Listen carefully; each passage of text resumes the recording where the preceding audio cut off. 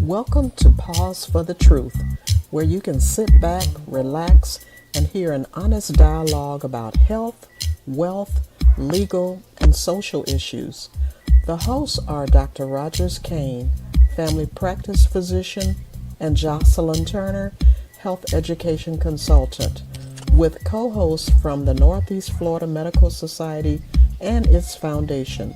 Stay tuned for the truth about matters affecting you and your family. We're here to tell you what's really going on and why.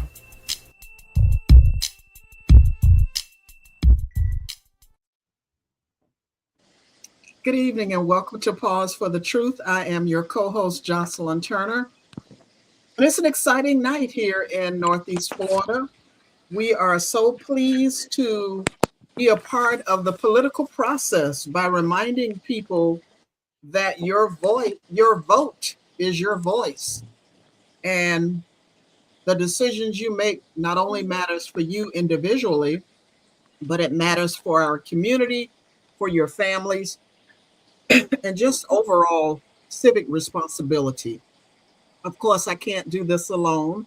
Joining me each week is my co-host, Dr. Rogers Kane. Before we introduce our guest, Dr. Kane, how are you doing this evening?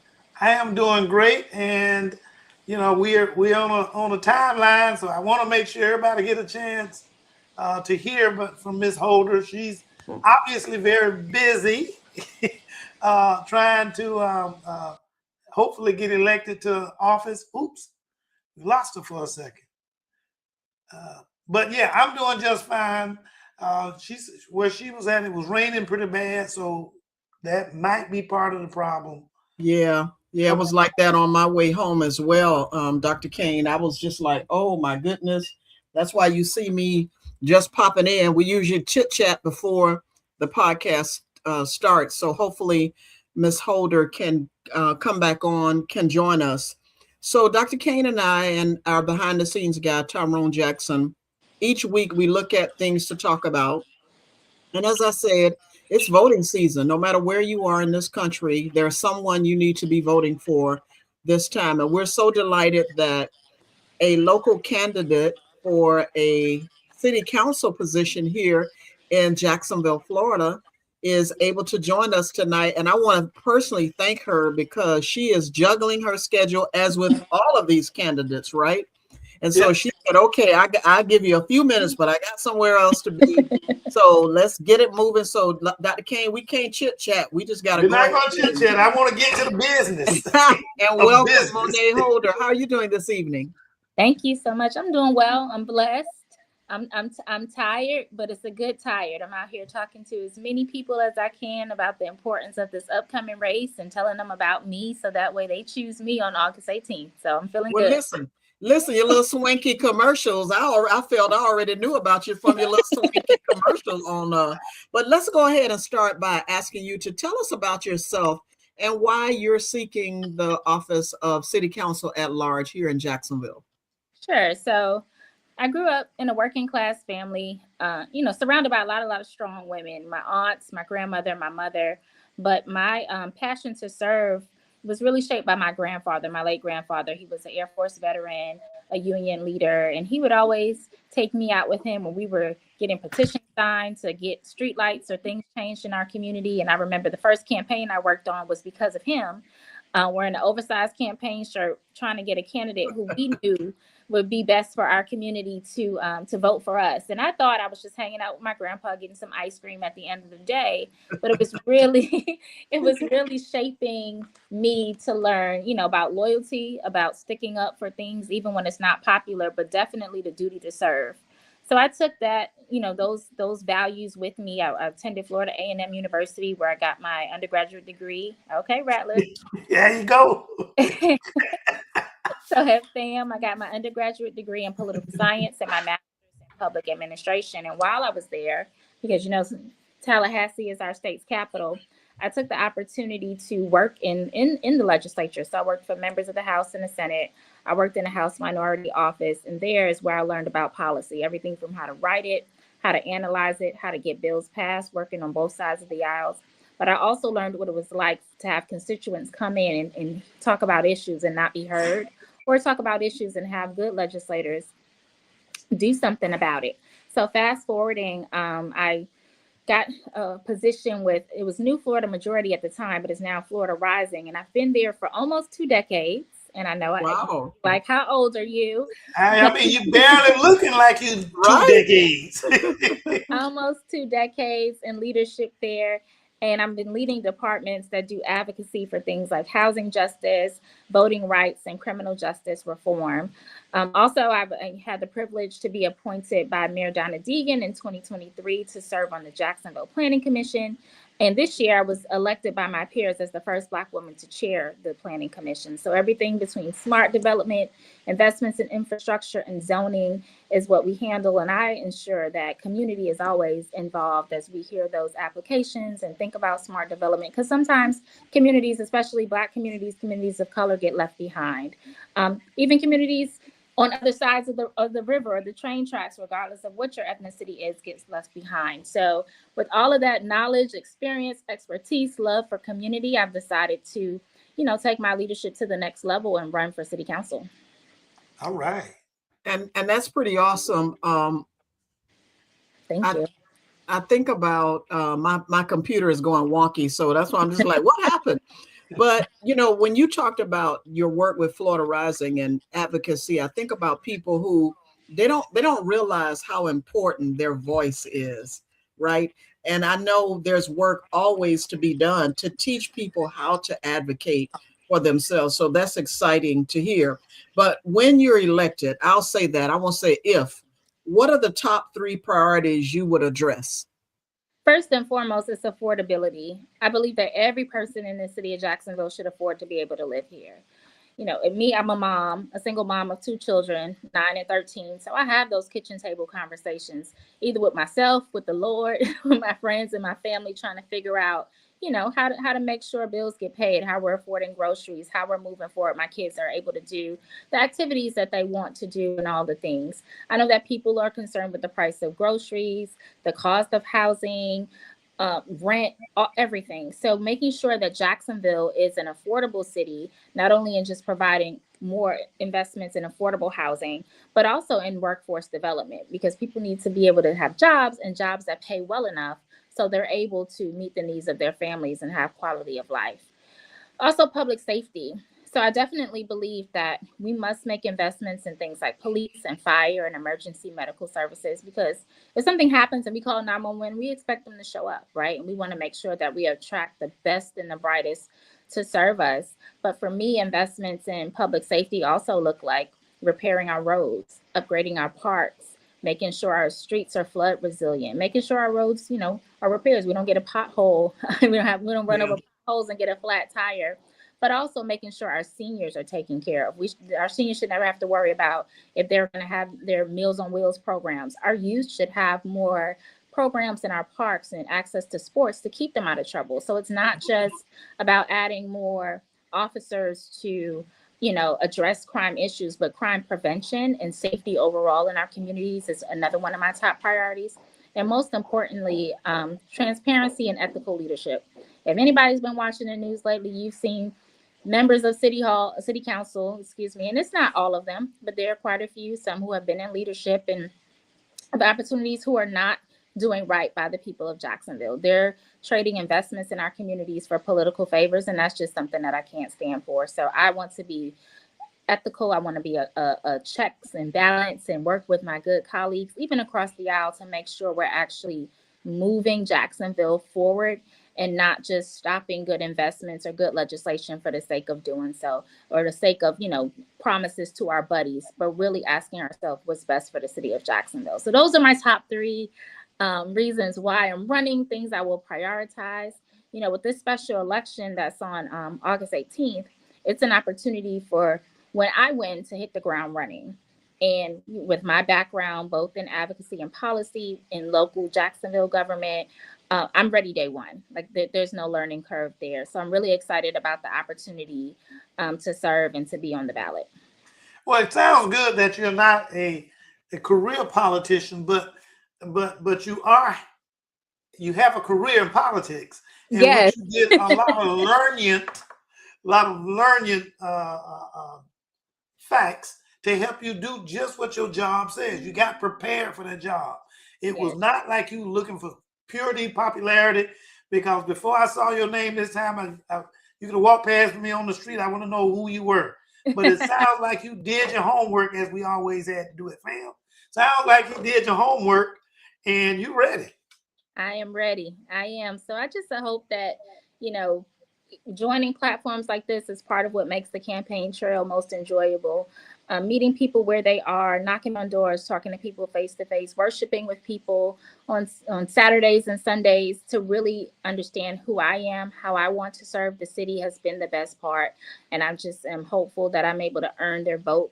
You know, early vote by mail ballots for people who have requested them are in their mailboxes now or in their homes. So making sure that they turn those back in, and you can check your status on the Supervisor of Elections website. But early voting starts this Friday, where people can go to any early voting location and cast the ballot for me. And Election Day is Tuesday, August 18th. And, you know, I am the only Democrat on the ballot. There are, you know, 2 other folks who are in the race as well. And this is the only city council seat that you'll see on the ballot because it is a special election. So, you know, blessed to have a good amount of other races that will hopefully drive people to the polls. But if you weren't thinking about voting, I ask that you do, because, you know, we say the phrase all politics is local, but local politics is really what impacts your everyday life. So, yeah, I'm glad you said that, because people, they really don't realize that a lot of people wait for the national races like the president. And it's like, no, the local, like you said, drives out those things that happen with us day to day. I want to move on, if I might, and ask, what specific challenges do you believe are most important to our community? I mean, and I know I've said it already, but I think it's affordability. People being able to get great jobs and being able to afford to live here is the challenge. And I don't say that because, you know, I've sat in a room and made it up. It's what I've been hearing. Every community that I go to, people are worried about the cost of living here in Jacksonville, you know, where it is right now and what the future may be, whether it's going to continue to go up and how they're going to be able to provide. And I think that the challenge is, if I can expand, is people don't often feel heard. So the issue of affordability, the issue of public safety, when they're coming to, you know, their city council member, or they're testifying or giving a statement in committee, they don't always feel like their concerns are being heard or their needs are being met. So as a at-large city council member, I have the privilege of being able to work with city council members across the city, right? So I can get votes from everyone. This is a unitary election, so regardless of party affiliation, you will see it on the ballot. Regardless of where you live in the city, if you're a registered voter in Duval County, you can vote. And that means that regardless of where you live in the city, I will be the person that helps to represent you and work with your district council member to help get things done. So, you know, some people will run for office, will win, and decide, you know, once their term is over, they will run again. How will you measure your success when elected? So as far as the running again, that's a good thing to bring up. So right now, I'm running to fill a vacancy because Terrence Freeman, who currently holds the seat for at-large Group 1, is stepping down to run for another office. So that's why it's a special election. In March of 2027, you will see me on the ballot again, running for re-election for City Council at-large Group 1 to do a full 4-year term. And then I have the opportunity to run for a second term for 4 years. So my goal is to fulfill my duty to the city for 2 full terms plus the special election. After that, I mean, I think of it the same way as we do in organizing communities. My role is to organize myself out of a job. So it'll be time for me to bring people, young folks. My campaign is also energizing to me because I don't think I'm that young anymore, but I have a lot of young people who are excited about me or tapping in. So to bring them along the way, so to get them ready to run, get them ready to serve, to take my spot. So I mentioned I'm a mom, so my legacy in holding office is to create a Jacksonville where my kids, once they go off to college or pursue a trade, whatever it is they decide to do, they plan to come back here to Jacksonville to give back and be with me as a mom, a grandma, whatever it is the Lord has in store for me. So that really is my legacy, making sure that this is a city that's world class, that attracts young families, but most importantly, brings the people that I love back here for the long term. And I know Miss Deegan, she started, believe it or not, she had an open up campaign. She came on our show and did the same thing. We were at City Hall and helping to help kick it off. And when we talked about bringing younger folks into the picture, because you guys are the ones that's going to be around a lot longer than this old geezer, and some of those old geezers on city council needs to step down and let the young folks help take the lead. Not saying they need to disappear. They can help give you some guidance with some things, although you have done a tremendous job at doing your homework, getting prepared for this. So yes, absolutely. And I have, so there's some current members of council who have been really great in helping me through, talking me through running for office, and even in my work with Florida Rising have been, essential in working together to bring the community along. So I appreciate them tremendously. So I know your time is limited, so I would like to ask you, what message would you like first-time voters to hear? But this is an opportunity. Young people. Yeah. So just to remember that an election and casting your ballot is an opportunity for your voice to be heard. It's an opportunity for you to make change. It's an opportunity to choose who represents you, not the other way around. And it's also an opportunity for you to hold those people accountable. The good thing about elections is that they always come around again. So if you, put your time, your talent, your treasure into getting someone in office, even me, hold me accountable, continue to dialogue with me, continue to make sure that I am working for you, and that is your way to continue to make change. But it starts with showing up at the ballot box. And why should undecided voters consider supporting your candidacy? For a couple reasons. Not only because I'm prepared, and I've operated with the highest level of integrity throughout my leadership, both with city government and through grassroots organizations, but that I'm here to listen, to learn, to serve, and to put Jacksonville first. I'm not a political insider. I don't owe anyone any favors. And before I do anything on the city council, I'll always ask myself what's best for the city of Jacksonville. So in that regard, they should definitely vote for me. And how do people, if someone says, you know what, I like her, she's a go-getter, how do people volunteer for your campaign, or if they want to donate to your campaign? Because people don't realize you have to buy signs. If you don't see a sign in my yard, it's because, whatever. So, but I'm just saying, how do they contribute to your campaign and learn more about your candidacy? Yeah, thank you. So they can go to my website, holderforjax.com. There you can donate, you can sign up to receive emails, and you can also sign up to volunteer. You can also go to my social media. I'm on Instagram and Facebook, and those are both Holder for Jax as well. My Instagram and Facebook has a lot of the updated information on where I will be, like different speaking engagements if people want to meet me, where there are opportunities to come volunteer, and all the things. So holderforjax.com, my website has everything, and my social media is also Holder for Jax.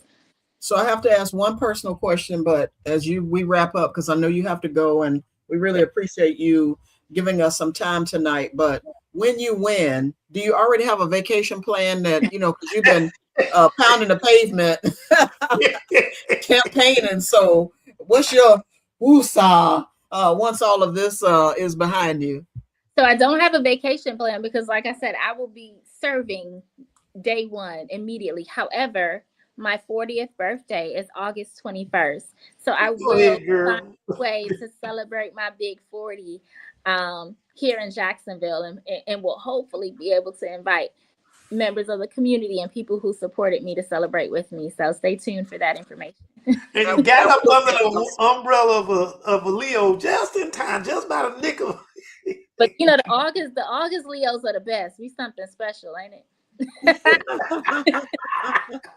Well, listen, Monet Holder, candidate for City Council at Large here in Jacksonville, thank you so much for joining us on Pause for the Truth. We wish you well in your candidacy, and as we say, anybody who takes time to come on, you're going to win. Now, and so we just ask one favor of you: when you win, come back to join us on Pause for the Truth in a few months and just let us know how things are going. And if you need anything before then that we can help with, feel free to get back with us. You have our contact information, and we'd be more than happy, because I'm excited, you know, for a fellow Rattler, for a fellow Leo, for and a fellow citizen that has worked and endorsed Mrs. Deegan for her and worked with her. So I'm very excited about your candidacy. Thank you so much. I appreciate you, and I appreciate the opportunity to come on and speak. So, you know, keep me in your prayers and definitely vote for me August 18th. Y'all have a blessed night. You too. Thank you very much. Thank you for coming on. So, Dr. Kane, one thing Ms. Holder said, which is so true, is that we do need to impart to people that local elections have the greatest impact on daily life. And you've said that a lot, right, in discussions that we've had.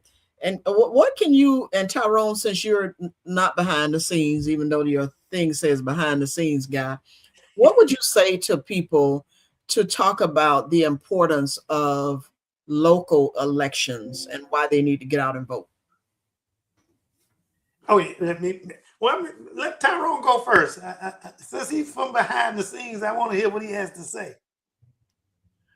Well, I think it's important, first of all, to understand that for years and years and years, people have fought for us to have this right.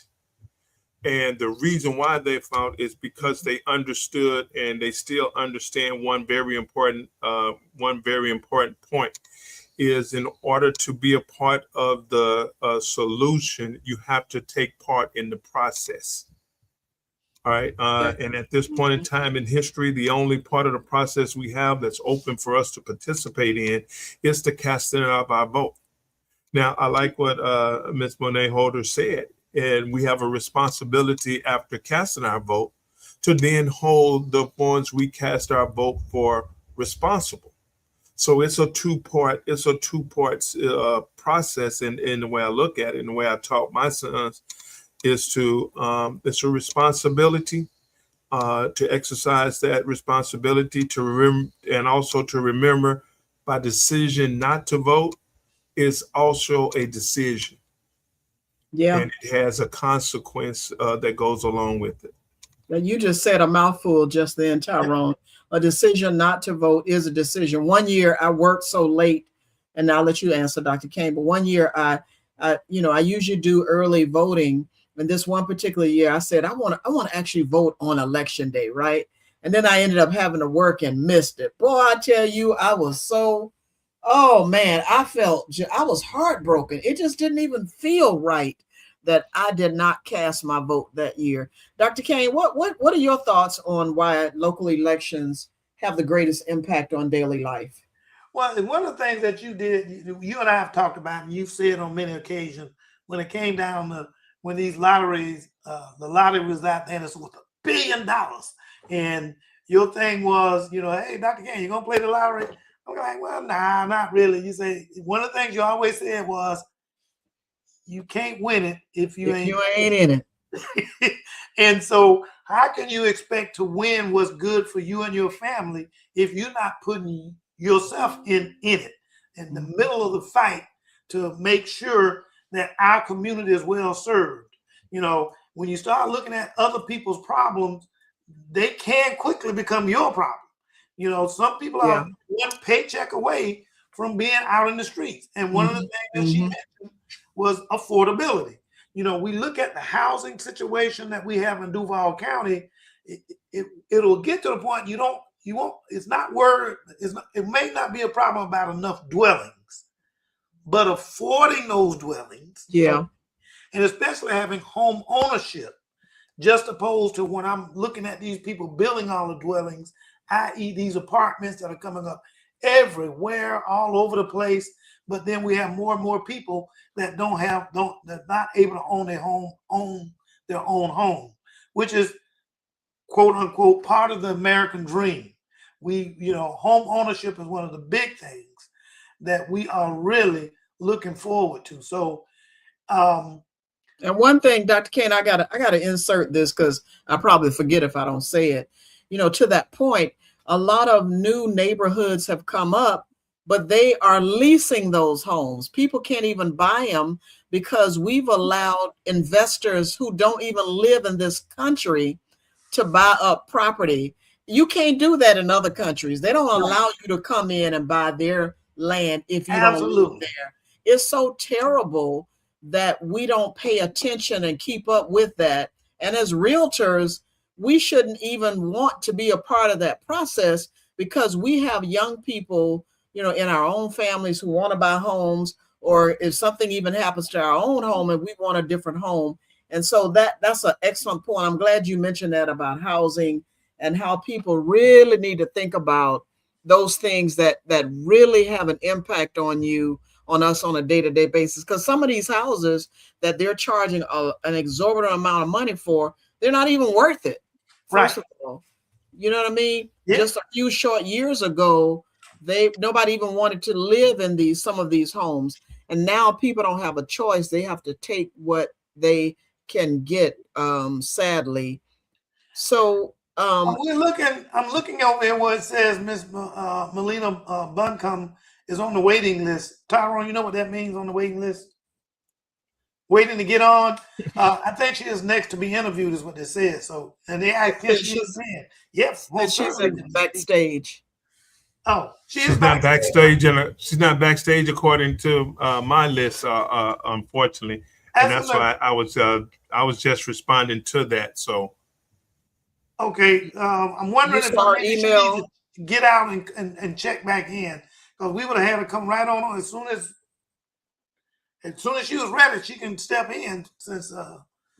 But maybe, do we have a contact information on her? You do. Yeah, let me give her a call. Y'all excuse me a sec.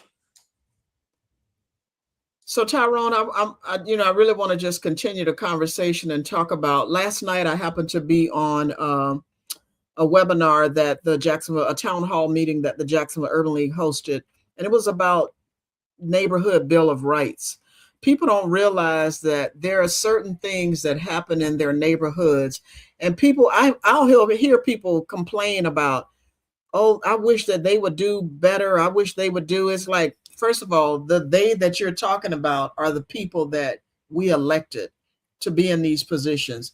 If you don't know how to advocate for those things that are missing in your communities, learn what we all are used to Googling everything. Google the Neighborhood Bill of Rights, because as citizens, we have certain rights relative to those things that should be in our neighborhoods, what we have the right to advocate for. Go down to City Hall, advocate, if you live here in Jacksonville, with our city council folks, get in their faces. Don't just talk to these folks when they are campaigning for office, but we have the responsibility and the right to talk to these people, reach out to them on a regular basis. I love, Tyrone, when I'm watching the city council meeting and I see a long line of people waiting to go up to voice their opinion about stuff. I'm like, kudos to them. And some people, I've done it before, but I know some people have never done that. Now, I know you, Tyrone, you may not have done it, but I've seen one of your son, that Randall. I'm sure Randall has done it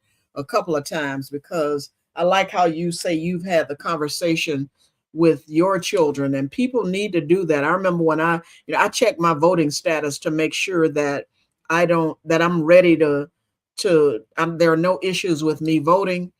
And I looked when I registered, it was the year after I graduated from college. I was so proud of myself, and I have been an active voter ever since then. So it's something that my parents instilled in me, and I think it's something that we should instill with the young people in our lives, to make sure when all of these individuals have made a decision to vote, like Miss Melina Buncombe, hopefully I did not butcher her name, and Miss Monet Holder, who was on the first part of the show, when folks make a decision to run for office, it's a great sacrifice to themselves, their families, the time and resources that they put in. Just imagine, most of us will get up and go to work and come home. Well, their day doesn't end probably until the wee hours of the night, because they're coming on Pause for the Truth to talk about their campaign.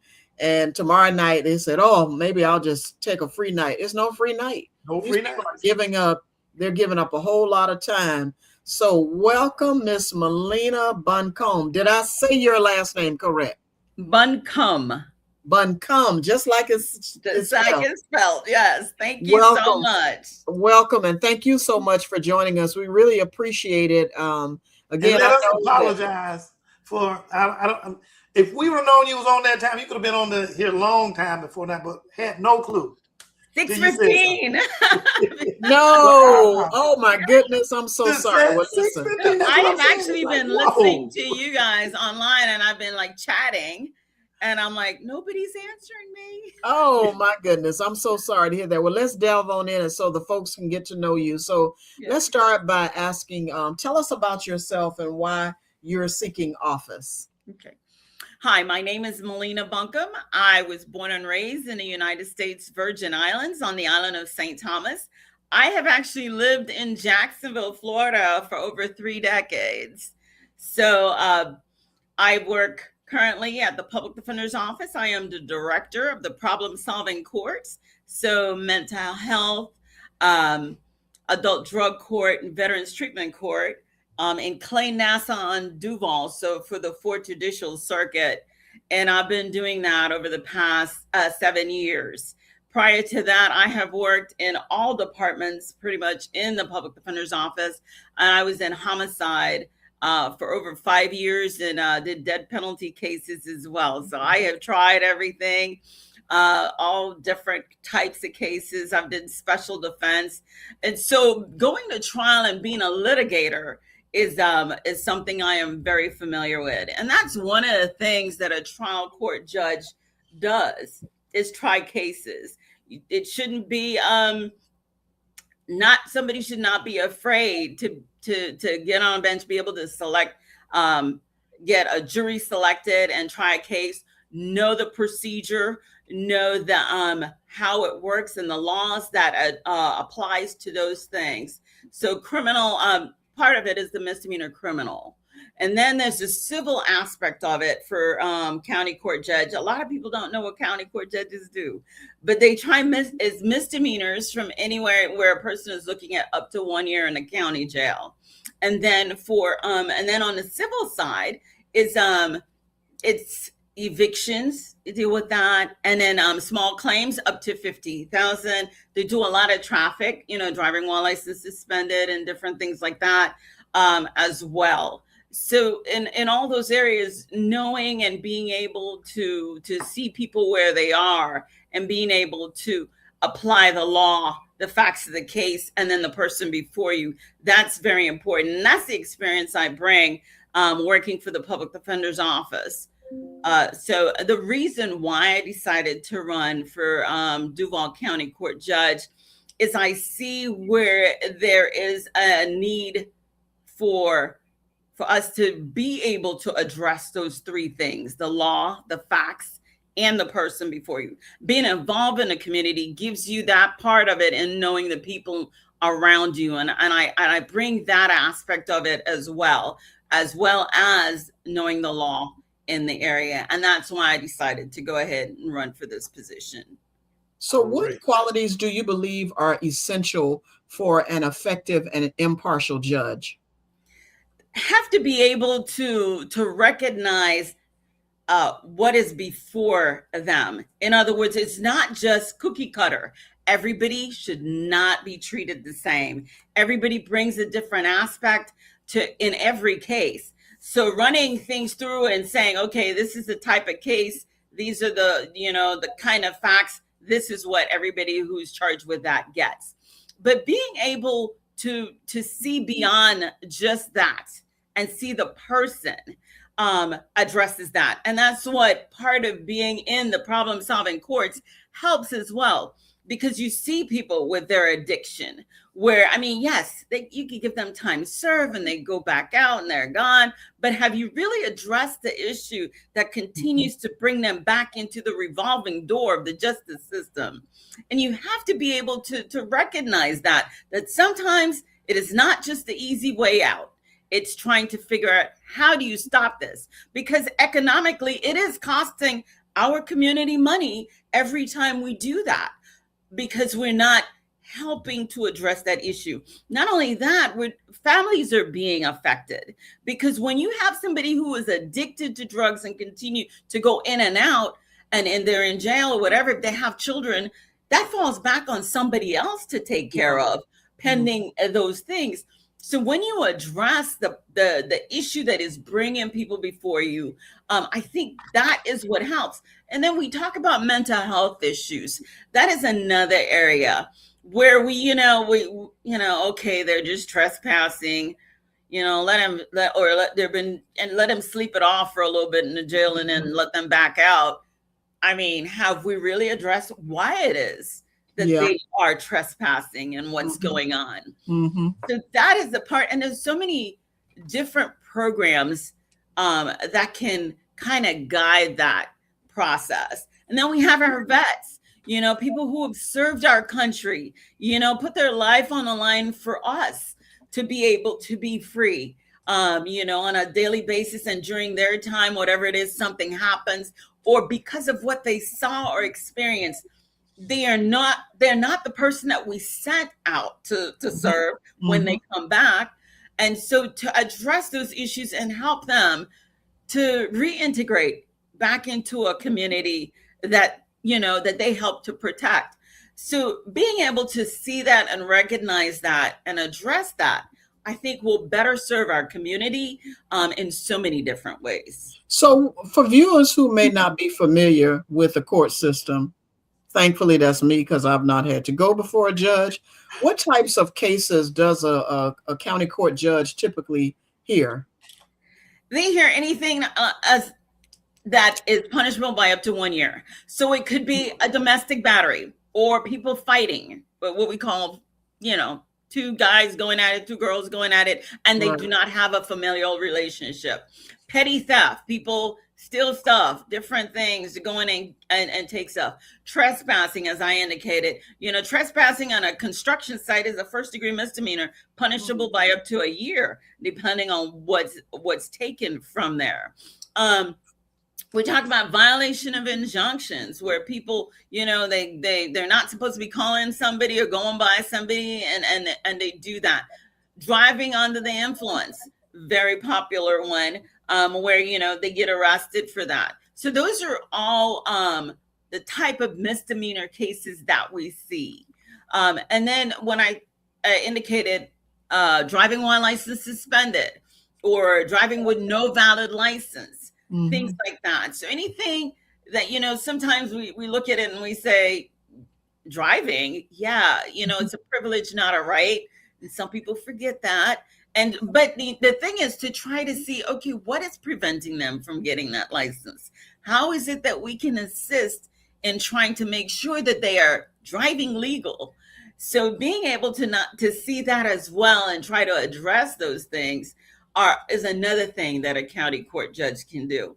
And then evictions are another thing that they address in regards to that, as well as anything civil cases, 50,000 and less, so like the credit card companies where you owe them money, or two people, a car that was supposed to be fixed and is not fixed, and they've taken the money, things like that. Anything under 50,000. So these are day-to-day things that happen in people's lives. So how do you balance every day? How do you balance applying the law fairly while treating everyone who comes before the court with dignity and respect? Well, as I indicated before, it is important that you understand that there are laws. No question about it. We're not saying somebody can just go and commit a crime and nothing happens. There are ramifications for that. But when I run on the fact of justice for all, I mean everybody involved, whether it's the person whose stuff was stolen and as well as other people who were harmed. Everybody deserves some justice. So what you do is you look at the law. What does it say? Is it provable? Can they prove it? Then you look at the facts of the case. Does it match what the law is saying in regards to that? And then you look at the person before you. So say, for instance, a petty theft. You know, somebody who steals because they're hungry and somebody steals just because they can. You look at that two different ways. You just take it as you find it, but address it individually instead of, okay, this is a first degree petty theft punishable by a year.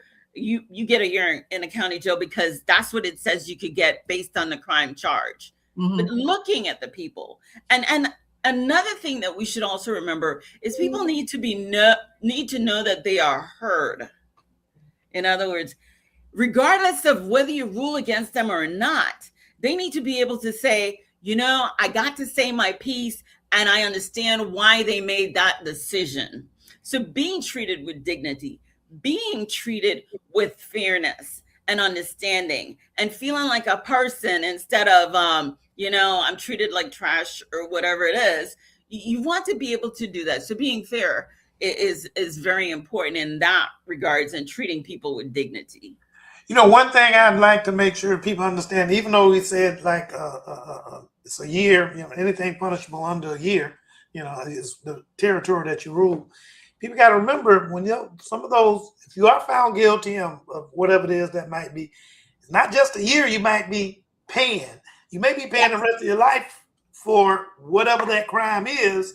Yeah. And so you want fairness in terms of at least being able to present your case, making sure that you are viewed upon as honest as the next man, whether it's a police officer or a CEO of whatever banking company or whatever it might be. I think what people want to look at the most is fairness. But I also want to make sure people understand that punishment may go well beyond a year. It was just an imprisonment for a year, possibly. And then that's another thing that people don't realize is the ramification of taking the easy way out sometimes.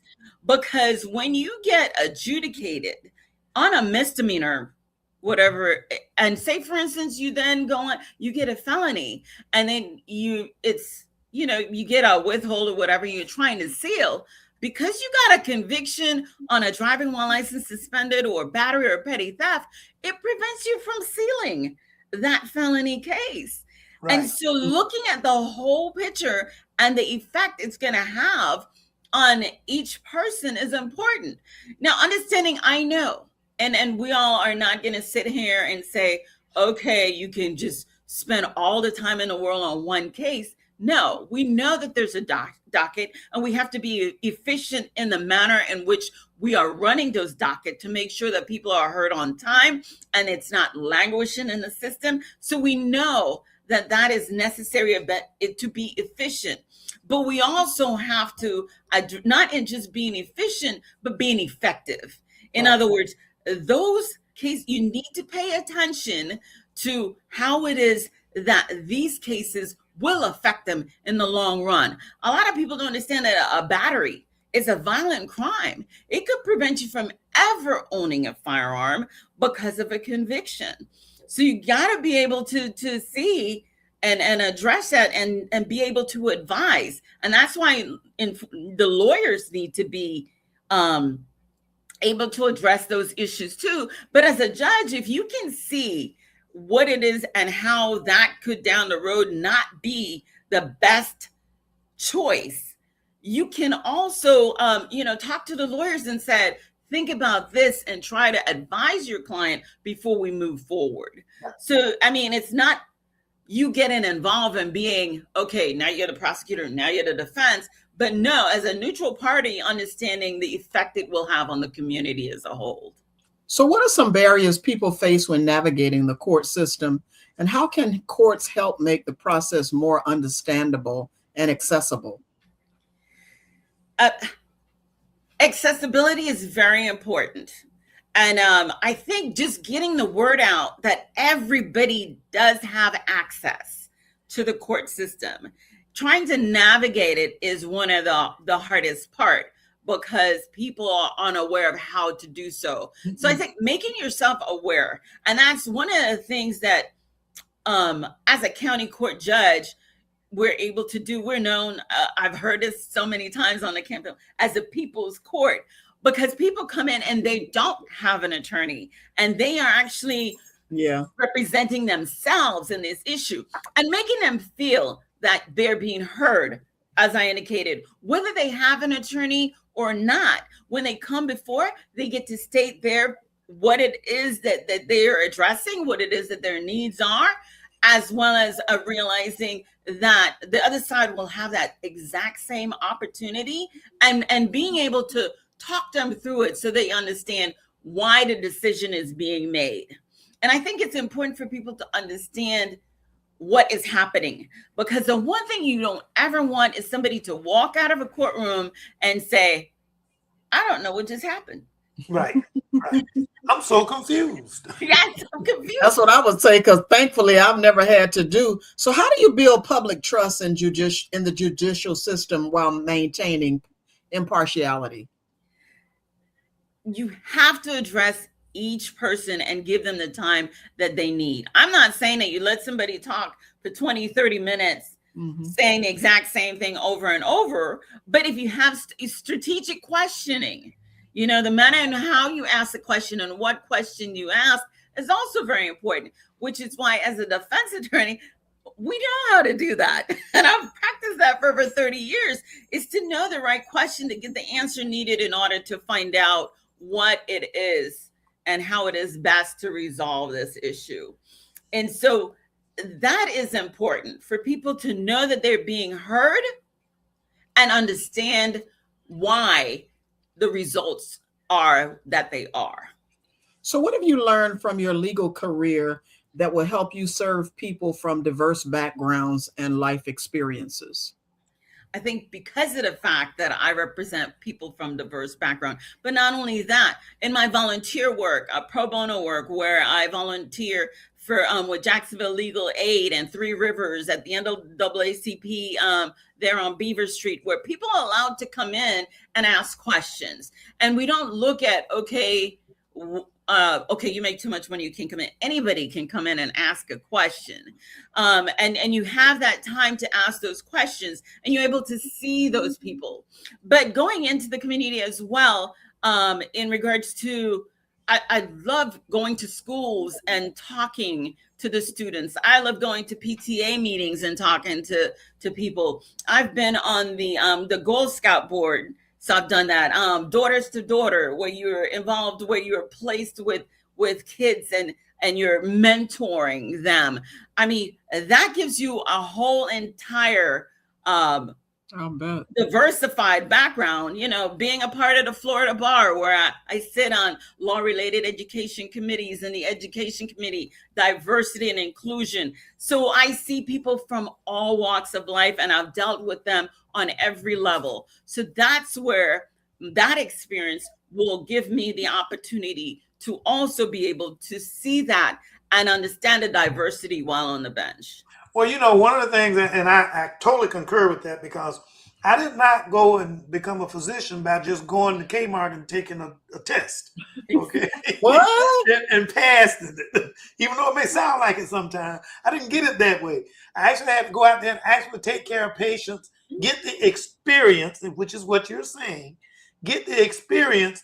And a lot of my patients I see because they, not only because I'm an old guy, but they realize that being at the age that I am, that I have had to see a lot ongoing issues, health issues. And from that, I got some experience in how to deal with those individuals. So I don't see this being any different in that you sat down, you did your homework, you did the background studies, you did the interaction with people in the communities, and now you step forward and want to take you want to graduate to the next level what it takes to help the community.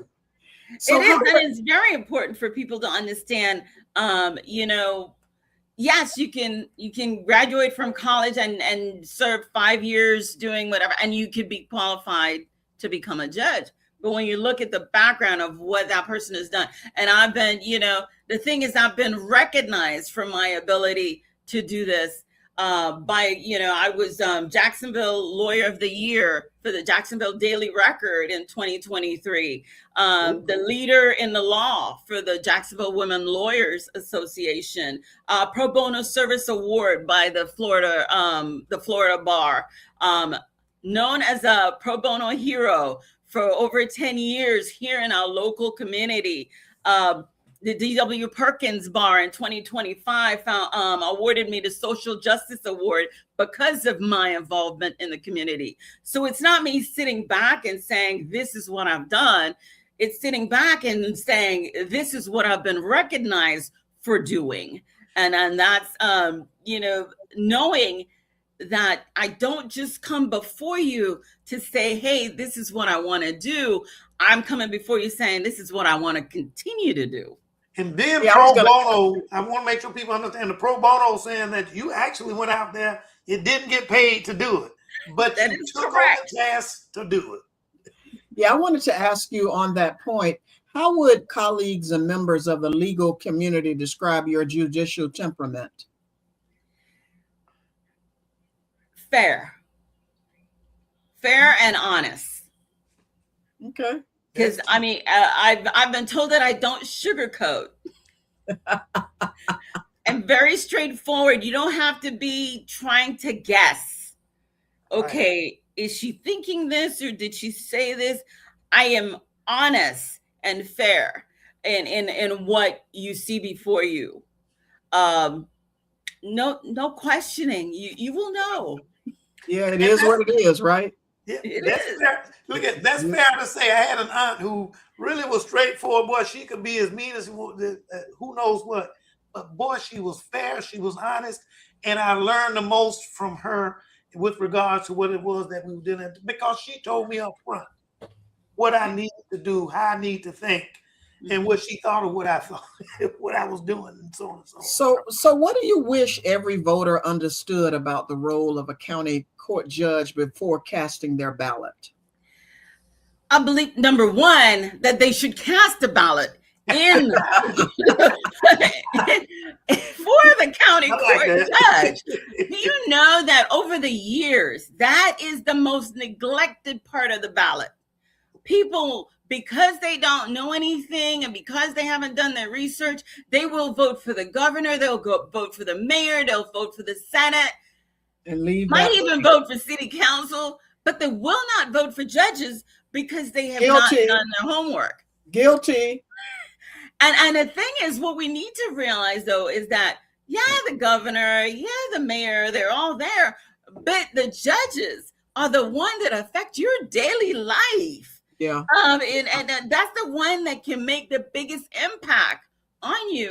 Those are the ones you really need to be paying attention to. So I always tell people, go out and vote. Right. So It's true. very important.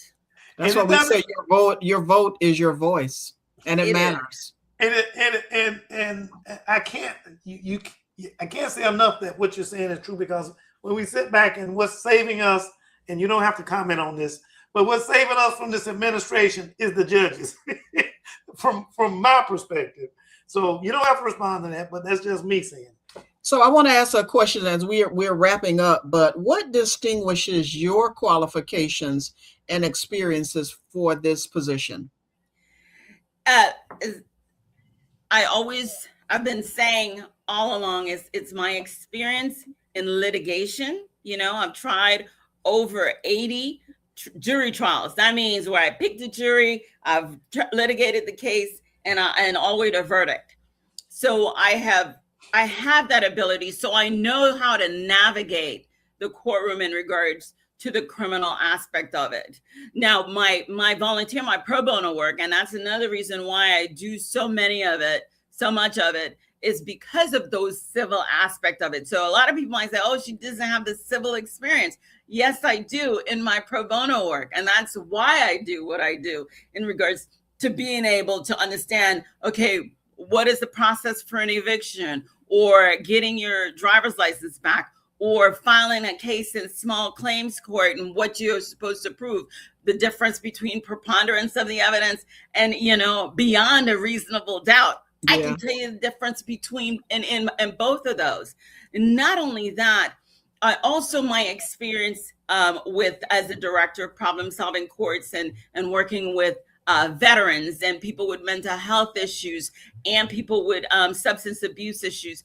I can see where it could make a difference in what we're doing in regards to addressing the issue for our economical benefit in our community based on those programs that are available, and not being able to direct or structure something to address those issues. And I have that experience as well. And I know the different connections and the different people that work in those areas where I can connect those services. So how do people reach you if they'd like to support your campaign, or by donating or volunteering to help you campaign? Because I know it's a stressful, long days and nights. So how do they reach you beyond tonight's podcast?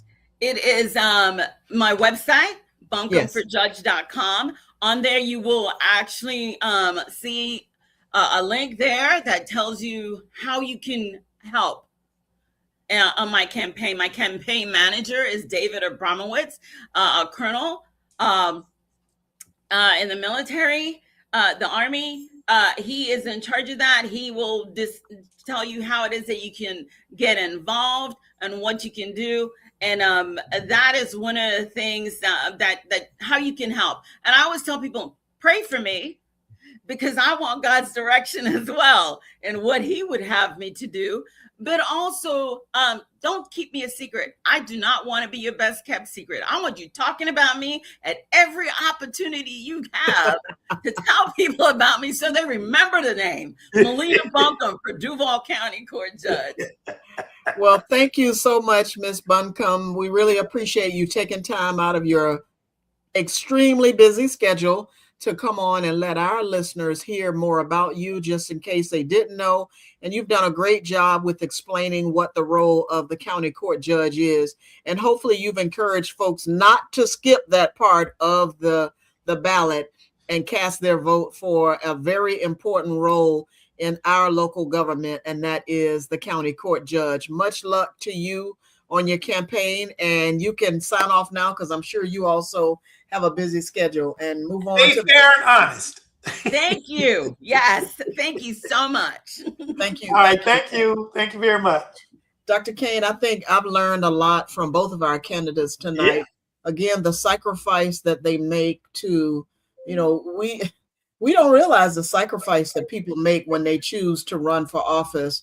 And each of the ladies talked about, I felt, their personal reasons for doing this, wanting to help the community, wanting to help people.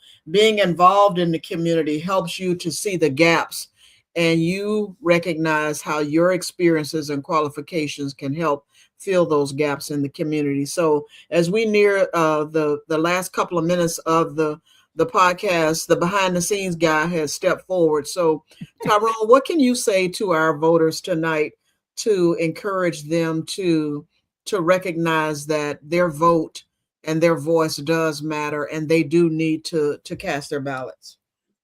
Well, first of all, I want to thank, even though they've gone, both of our guests for coming on. It was awesome to have them on, and to we understand how they had to fit us in between a busy schedule.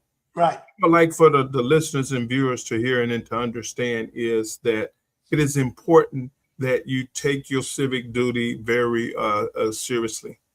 It's heartfelt to understand that we have two candidates that came on who talk about their desire, their passion to give back to the community and to be a part of the community. Well, the community has a responsibility as well. You can't allow one individual to care more about your community than the community as a whole. It is a joint effort. It's something that we all have to be active and be a part of. So as I'm saying to everyone who's listening and everyone who's listening that they talk to someone and tell someone, now is the time, above all other times, that we get active in our own communities. We get and become a part of the solution and no longer sit on our laurels and complaining afterwards what happened. Amen. It's easy to see what happens when we do that. It's what happened in the presidency for those who sat back and said, my vote doesn't count. And then now we live with the consequences. If you take the attitude that your vote doesn't count, you take the attitude that you're not going to get involved, it's too much effort, then the consequences is what we all live with. Don't complain. If you didn't do it, you didn't take the time out to go and vote, shut the hell up. Don't come complaining to me about what happened on your street, why you didn't get this done, or what did or did not happen as it relates to your child, whether it's in the school board, your mom, whether it's they got a ticket because they were unfairly accused of being in a handicapped parking space, or whatever it may be. Just take the time out and vote. You know, you don't have to vote the way either the three of us want.